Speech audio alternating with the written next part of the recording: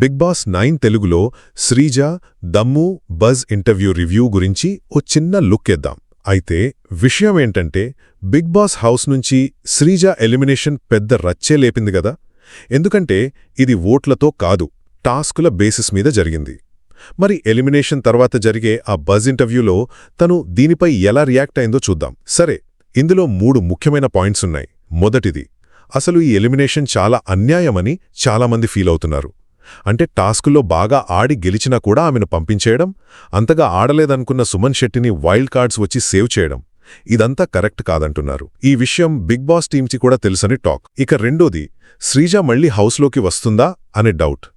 ఛాన్సులైతే బాగానే ఉన్నాయంటున్నారు. ఎందుకంటే ఈ అన్యాయం జరిగింది కాబట్టి దాదాపు 90–95% ఛాన్స్ ఉందట. బహుశా దీపావళికి లేదా ఆ నెక్స్ట్ వీక్లో ఏదైనా స్పెషల్ పవర్తో రీఎంట్రీ ఉండొచ్చని అంచనా వేస్తున్నారు. కానీ వస్తే మళ్లీ బయట అంతా చూసొచ్చావు అనే మాటలు పడాల్సొస్తుంది. మరి ఫైనల్గా ఆ బజ్ ఇంటర్వ్యూలో శ్రీజ ఏమంది? తను ఎలిమినేషన్ పద్ధతిని గౌరవిస్తున్నా అంది. జనం ఓట్లతో జరగలేదు కాబట్టి ఓకే అని, కానీ తనకంటే వీక్ కంటెస్టెంట్స్ ఇంట్లో ఉండగా తను బయటకు రావడం మాత్రం బాధపెట్టిందని చెప్పింది. భరణినేమో సేఫ్ గేమర్ అని, డేమాన్ పవన్ను సెల్ఫిష్ అని, అసలు లవ్ ట్రాక్ ప్లాన్తోనే వచ్చాడని కామెంట్స్ చేసింది. అయితే ఇంటర్వ్యూలో శివాజీ అడిగిన ప్రశ్నలు కొంచెం సాఫ్ట్గానే ఉన్నాయనిపించింది.